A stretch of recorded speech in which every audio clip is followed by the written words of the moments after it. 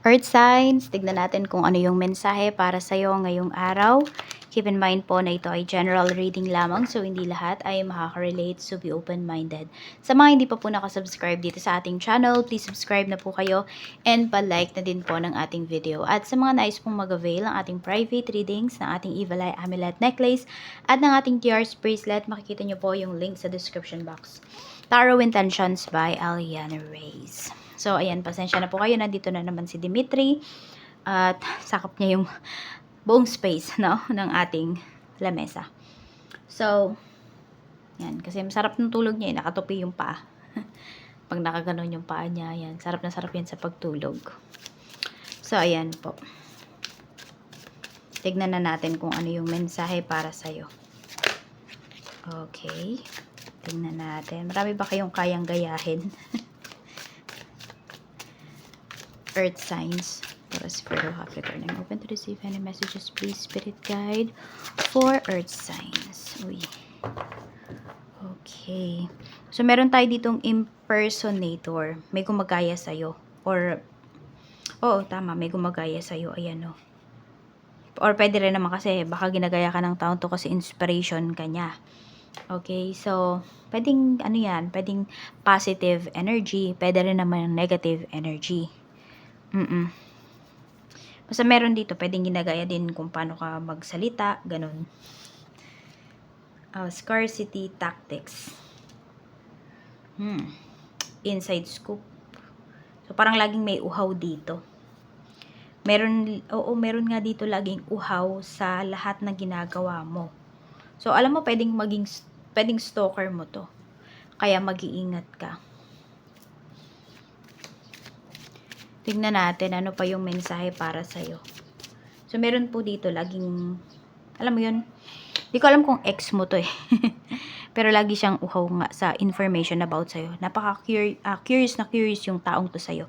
Pwede rin naman, ito nga yung gumagaya sa'yo. Ayan. Kaya siguro mas maganda i-private mo na yung accounts mo if you have.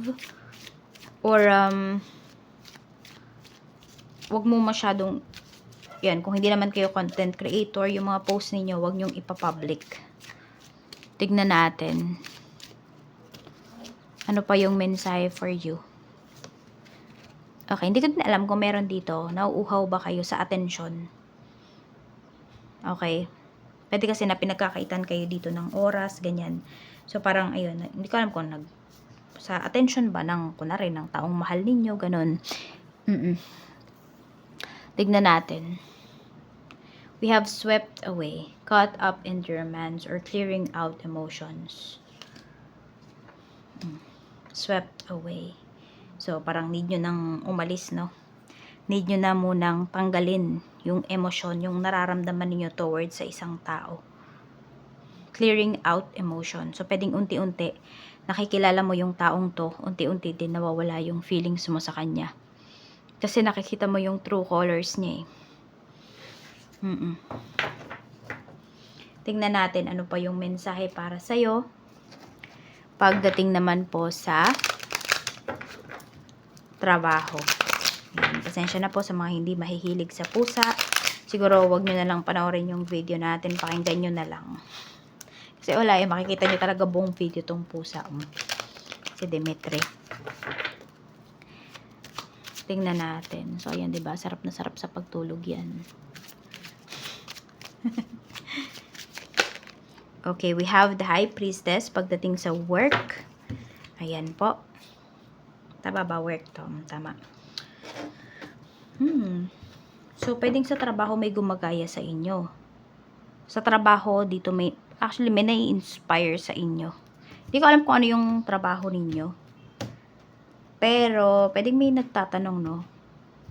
Yung iba naman, hindi katrabaho mo yung naiinggit sa'yo or nanggagaya sa'yo. Pwedeng kapitbahay ninyo or pwedeng kaibigan mo or friends of friends. Tinatanong kung ano yung work mo. Ayun. Siguro gustong mag-apply katulad ng line of your work. Mukhang ito, nagiging inspiration ka or it's either kinaiinggitan ka. Kamusta naman yung trabaho? 8 of Cups. Okay, so I don't know kung may pag-travel kayo dito ngayon pagdating sa work. Or kayo yung kunwari ipapadala sa sa isang seminar, ganon, sa isang training. Yun yung nakikita ko kasi dito. Check natin mga co-workers mo. We have 8 of Wands. Hindi lang pala ikaw. Kayo ng mga co-workers mo. Ayan po. So, pwedeng may pinamimilian, pero pwedeng ikaw yung mapili. Pwede rin naman na 8 kayo ng mga co-workers mo na, ayan po. May relocation kasi na pinapakita dito. So, pwedeng ito po ay travel. Pero yung iba naman sa inyo, kung walang hindi to travel, okay, pwedeng relocate talaga. Mapupunta kayo sa iba't ibang branch. Ganun po yung pinapakita pagdating dito sa trabaho. So, tignan pa po natin ano pa yung mensahe pagdating naman po sa negosyo. Kamusta yung sales ngayong araw? 4 of Swords. We have Knight of Cups. Okay, so ano lang kayo dito parang smooth lang, ano lang, ano ba yung tawag doon? Relax, ayun. Relax lang yung iba sa inyo dito pagdating sa inyong negosyo. Pero pinapakita po dito, ayan, kayo pa rin yung pupuntahan ng tao.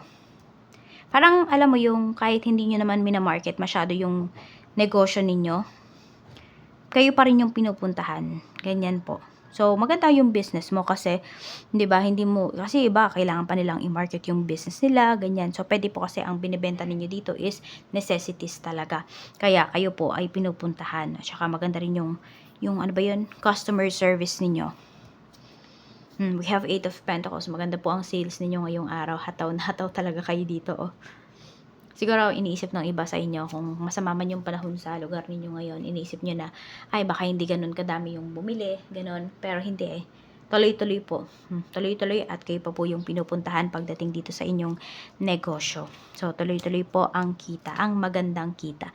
Check naman natin, makakabawi pa ba yung mga nalulugi yung business ngayong bago matapos ang taon. The Last Judgment, yes po, makakabawi pa kayo. Yan. Huwag po kayo mawala ng pag-asa. Okay? So, focus kayo dito. Maging hands-on kayo pagdating sa inyong business. At kung ano yung mga kailangan ninyong baguhin, ayan po, pag-isipan nyo rin po yung mabuti. Check natin, may nakita yung ibon. Kaya ganyan ang kanyang reaksyon. Tignan naman natin pagdating sa iyo pong kaperahan. Kamusta? Happy ka ba pagdating sa money? Temperance. Hindi pa. Kasi may hinihintay kayo dito. We have the Empress. Pero mukhang malapit nyo na makuha to kung ano man yung hinihintay ninyo. Or meron ba dito kung may kapapanganak lang dito, inaayos nyo yung mga benefits ninyo. Mga maternity benefits, ganon. We have 3 of Swords. Kami struggle yung iba sa inyo ngayon pagdating sa money. May hinihintay kayo dito, meron kayong kailangang gastusan, pero parang hindi nyo pa nakukuha. So, yung iba talaga sa inyo, hindi kayo happy ngayon pagdating sa inyong finances, earth signs. Hindi naman lahat sa inyo, pero karamihan po sa inyo. Ayan. Parang ano kasi, naiinip na talaga kayo dito sa kung ano man tong hinihintay po ninyo. Tignan natin pagdating naman po sa mga single natin. Okay? Sa mga single, bago ba matapos ang month na to, may karelasyon na ba kayo? We have 9 of Pentacles. Wala pa. At saka, nakikita ko dito kasi maraming nai-intimidate sa inyo. Kaya pwedeng hindi pa kayo nagkakaroon ng relationship. Kaya ba naman sa inyo, happy naman kayo dito. Tignan natin pagdating naman sa mga in a relationship. Okay, so sa mga single natin dito pwedeng hindi pa kayo magkaroon ng relationship bago matapos yung October. Okay lang yun. Okay, magmadali. Para naman sa mga in a relationship, we have the Chariot. So, pwedeng ito po ay magpunta na talaga sa marriage. So, baka magulat na lang kayo. Ayan, mag-propose na sa inyo yung person ninyo. O kaya naman mapag-usapan nyo na yung about sa pagpapakasal. Kasi meron din naman akong nakikita dito na botong-boto po sa'yo yung family nung person mo. At saka yung iba sa inyo naman ay engaged na kayo. Talagang, ayan, siguro nag-iipon na lang din. Nag-iipon na lang din yung iba sa inyo. So, tignan po natin pagdating naman po sa mga married. We have Wheel of Fortune. We have the World. Okay, so maganda to. Maganda yung energy na to. May isa-celebrate kayo ng asawa mo. May isa-celebrate kayo. Ang ganda ng energy, Wheel of Fortune. So, pwedeng may big purchase kayo bago matapos ang month na ito. Or pwede ngayong araw. Tignan naman natin sa mga mag-asawa na nagkahiwalay na. Yan. Nagkahiwalay pero hindi kayo nag-divorce, ganyan. So, kayo pa rin, asawa mo pa rin yan, pero hindi na lang kayo nagsasama, separated na kayo. So, tignan po natin kung magkakabalikan pa ba. Tignan natin kung may chance pa ba na kayo ay magkabalikan. Basta wala lang rin naman kayong kanya-kanya ng pamilya. Kunwari may anak ka na sa iba, may anak na siya sa iba, ganon. Yung single, yung hindi pa kayo committed sa ibang tao. Tingnan natin, magkakabalikan pa ba? We have Queen of Swords. Yung iba sa inyo parang ayaw nyo na. Four of Wands. Wala na kayong peace of mind. So, baka yung iba sa inyo ayaw nyo na talaga na ding pabalikin yung person nyo, yung asawa nyo.